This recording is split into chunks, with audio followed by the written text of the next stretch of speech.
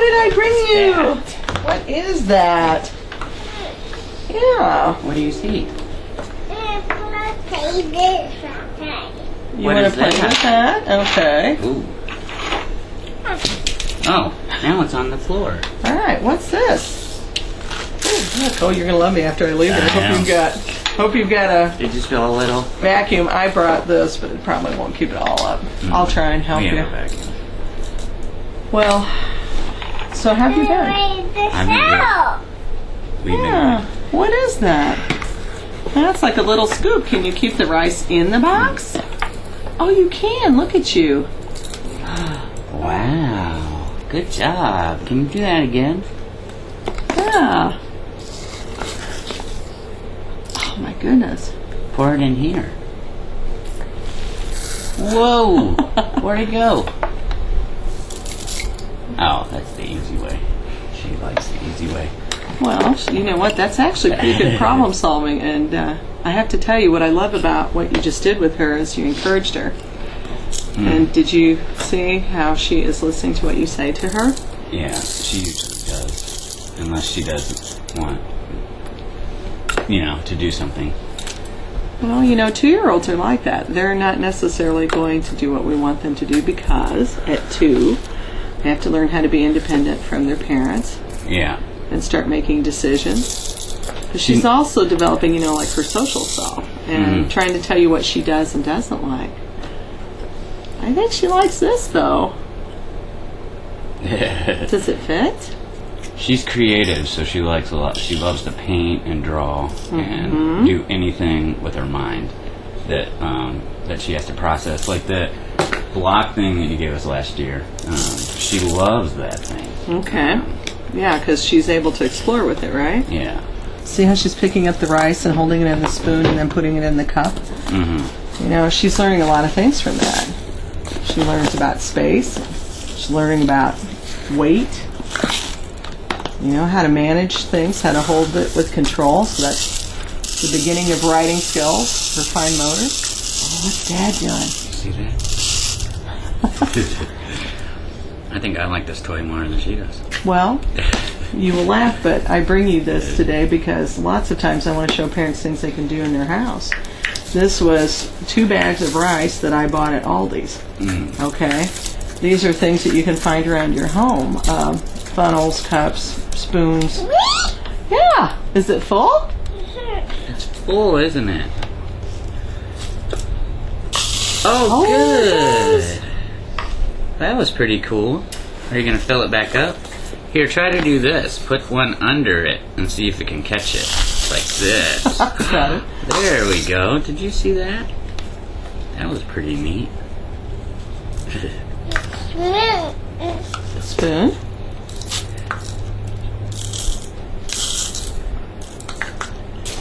And as you can see, this is kind of a great activity because it's very calming. So anytime a child can explore, you can use this particular toy in many ways. Like you could take things every day and put different items in it and hide it. And she could actually use it like a scavenger hunt. She could pick back and forth. Right. And try I and like find simple what's stuff inside. like that. Me too. Right. Like building a car out of a cardboard box. Exactly. like that's the weird. She doesn't need a whole bunch of shiny toys. But everyone gets her stuff, Oh, yeah. Well, how do you feel about that? I mean, with people buying her things. It's okay, the grandparents. I understand that that's their role, and that's what they want to do, right? Okay. But I haven't always been cool with it, because my house is overflowing with Amelia stuff. That's correct. Which it is like good, water. but I don't know. She doesn't need that much stuff. You know what I mean? Well, I'm in agreement with you because really what children need is attention and and good interactions. Yeah. From parents. Oh yeah, but she's definitely enjoying this toy. So you can see what she's doing with this. So this is probably showing you at least some things that she's able to do now. How do you think Amelia has changed, like in the last week, month? What differences do you see? I'm not sure. In the last week or month? I mean, it's like she's around me all the time, so it's hard for me to tell a lot of differences without outside input. But you know, she's talking a lot more. She knows what she wants to say and wants to do. Okay. She knows what she likes. She knows what she doesn't like. Okay. In a lot of ways. I mean, she's independent, right?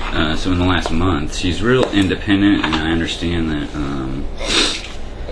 she knows that she's not a part of me anymore, so she has to, like, exert her independence by being a little defiant. But she's starting to get past that. Like, we started to work together, and I don't know Okay. So this if that's because I changed her, because she's, oh, okay, well, we have to get this done. Dad's not going to give up, so... Okay. She's like, okay, fine, we'll do that. You know, but she's, I'll exert my independence in other places. Right, but let me share this with you. We had a conversation, probably a month ago, where you were very frustrated with her because, let's take, for example, you were in a hurry to get out the door, and of course Amelia wouldn't get her coat on, and you were getting angry with her, and you were getting angry at yourself for getting angry at Amelia, and then what do you think happened that all that changed?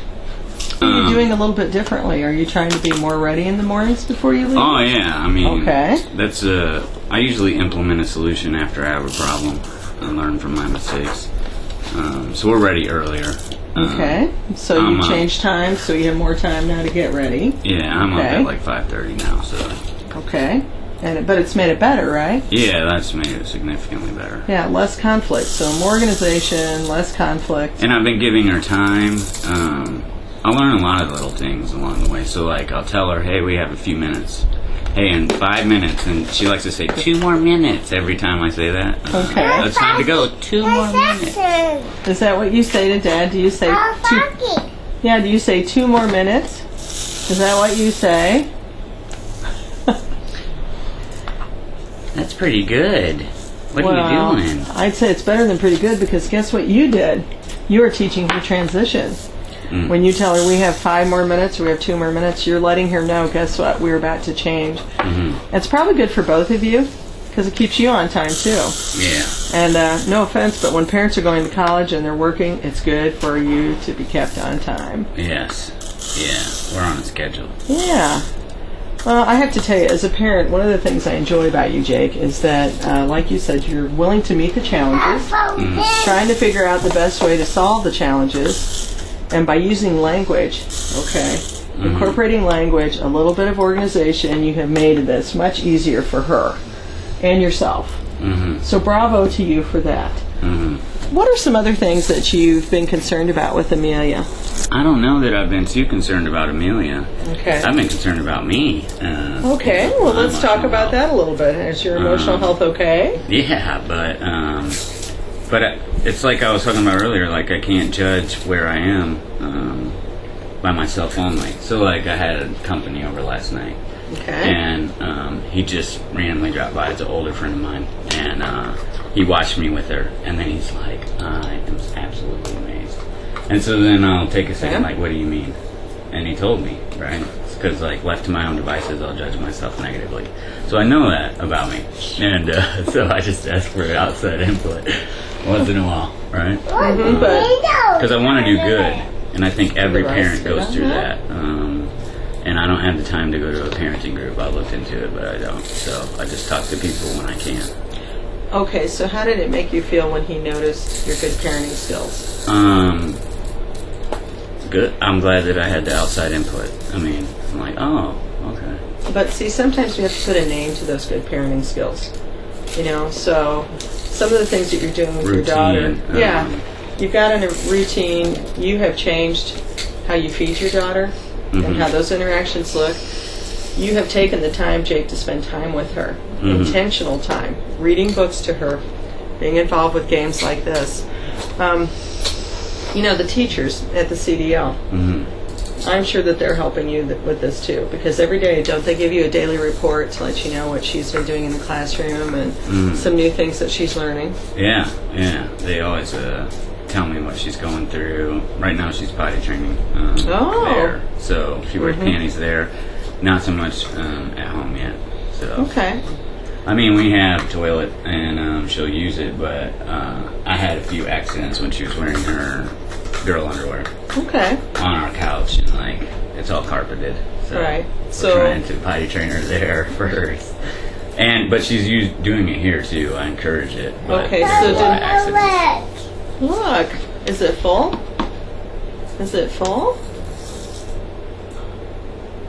Well, are you trying to follow like the schedule they gave you for potty training, or are you just trying to watch her for signals that she's ready to go to the bathroom, or what would you say is your best way of handling that? She's usually pretty good about telling me. That's why.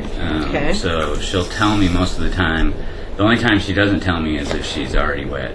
Okay. And so that's usually after bedtime. So in the morning, I'll put her on the potty. Okay. And before she goes to bed at night. Very good. And that's an excellent way to start potty training with children, especially when we see that they're ready. And, treat that just like you've treated everything else with her. Take your time, and just be patient. I think You're Amelia has taught you some overflowing. patience there. Yeah. She has, hasn't she? Yeah. Well, I think you've grown as a parent significantly. When I first met you, you were a pretty frustrated dad raising a child by yourself. And now look at you. I just didn't, I didn't have the skill set. As time has gone on, she's taught me how to be a father. I mean, that's how I feel, really. Because I want to. And, I had to have a willingness to admit that I didn't know how to do it. Which is, humbling. But it's true, Well. And then I've been able to receive new information and implement it, so. Lots of times parents can get new information about how to care for their child or how to educate their child, but you put it into practice, Right, and that is what is the difference. In her development, look how well she's doing. I mean, she's got great balance. She's starting to potty train, which tells us, guess what? She's got some control over her body now. You are starting to listen to her. That is so critical in her emotional development, to have somebody recognize and value what she says and does. And she's very contented with her daddy.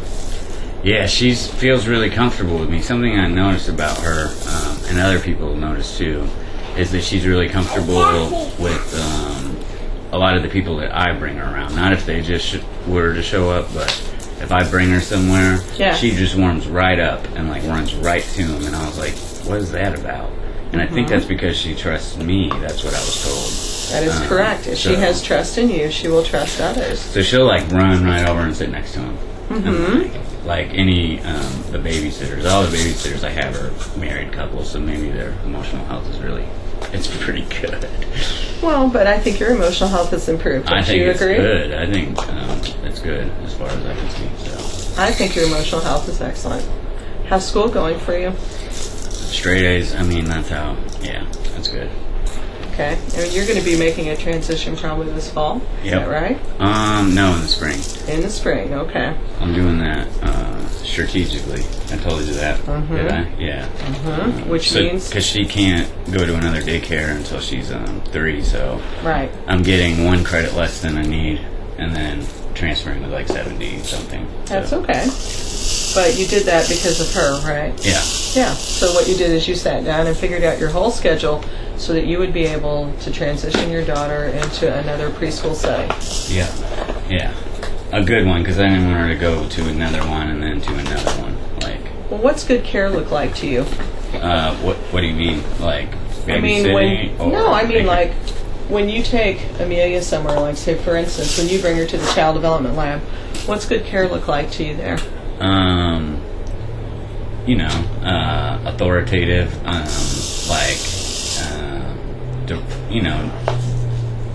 give the child the opportunity to, or Amelia always gets it, had the opportunity to express herself creatively and do all kinds of things and discover herself and process new things, and a safe environment to do that in, and then when she needs directive to get that right. So there's sometimes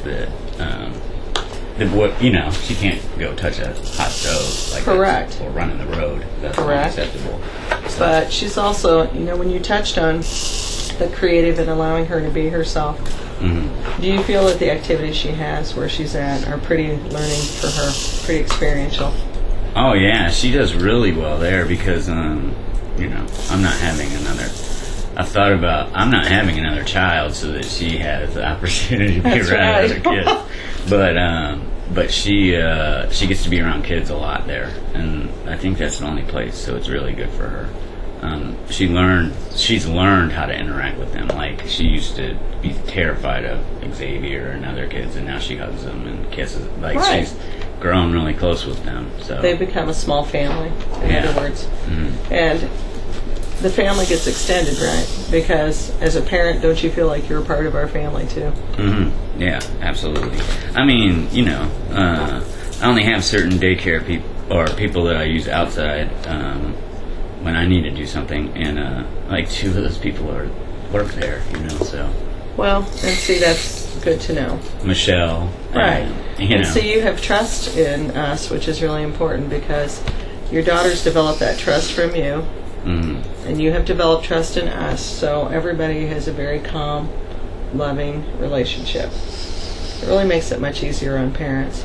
right. And then I can come into your office when I'm struggling and like vent a little bit. So that's always been good too. It has been for me too. Yeah, because guess what? We've learned a lot about each other, but I think I like to believe that you've learned that you can come in with a problem with me and we will talk about it, right? Yeah, and I think that's the most important thing in almost any setting, right? That you Yeah. feel safe to be able to communicate what's going on with you. Well, how about this? I brought you another book. Have you been reading to Amelia? Yeah, she has a whole section of books over there Okay. where they're standing. It's like we read like 3 or 4 books every night. It's part of the routine, right? So Excellent. So you've made I it have part to of the sing routine. 2 songs too. And you sing 2 songs? Well, she wants to sing 2 every night. Okay, and what are we singing, Jay? ABCs. Yes. Right. I do sign language with it so she can learn that. Look and at then, that, okay. And then right when I'm leaving, she always asks for an encore of Row Your Boat. Excellent. I'm not going to sing today. So. I understand, but you are letting us know what your routine is, and you're kind of giving us a little window into that. I love that. And then she goes right to bed. Haven't had Okay. an issue with that for 6 months.